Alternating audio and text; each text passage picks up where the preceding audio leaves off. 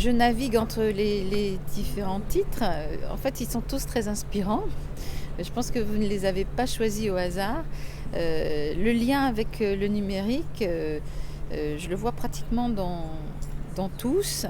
Ce qui m'a frappé en premier, c'est la grande illusion par rapport à tout ce que nous avons dit. Est-ce que le numérique est une illusion ou est-ce que le numérique est une promesse, une opportunité? Donc on a ces deux choses-là qui ressortent de cette liste. On a la promesse de l'aube. La promesse de l'aube, que j'aime beaucoup, hein, c'est un livre que j'ai adoré. Euh,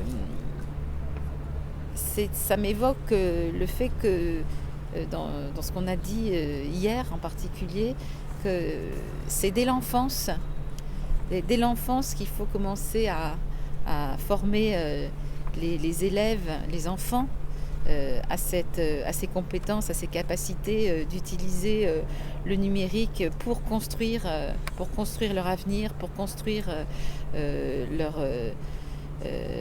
leur capacité à vivre dans la société telle qu'elle est.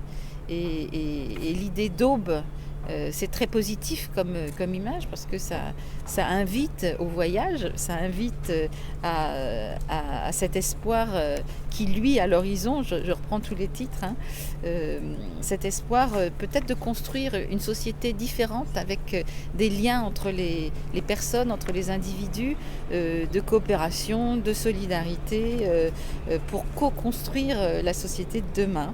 Voilà, et donc ça me permet de faire le tri et de rejeter les termes comme Apocalypse Now, où on aurait une vision terrible, destructrice du numérique. Ça me fait aussi rejeter des titres comme Ah, ça ira, parce que ça n'est pas une révolution. Je pense qu'on est dans la continuité d'une métamorphose humaniste de l'école et aussi de l'écriture.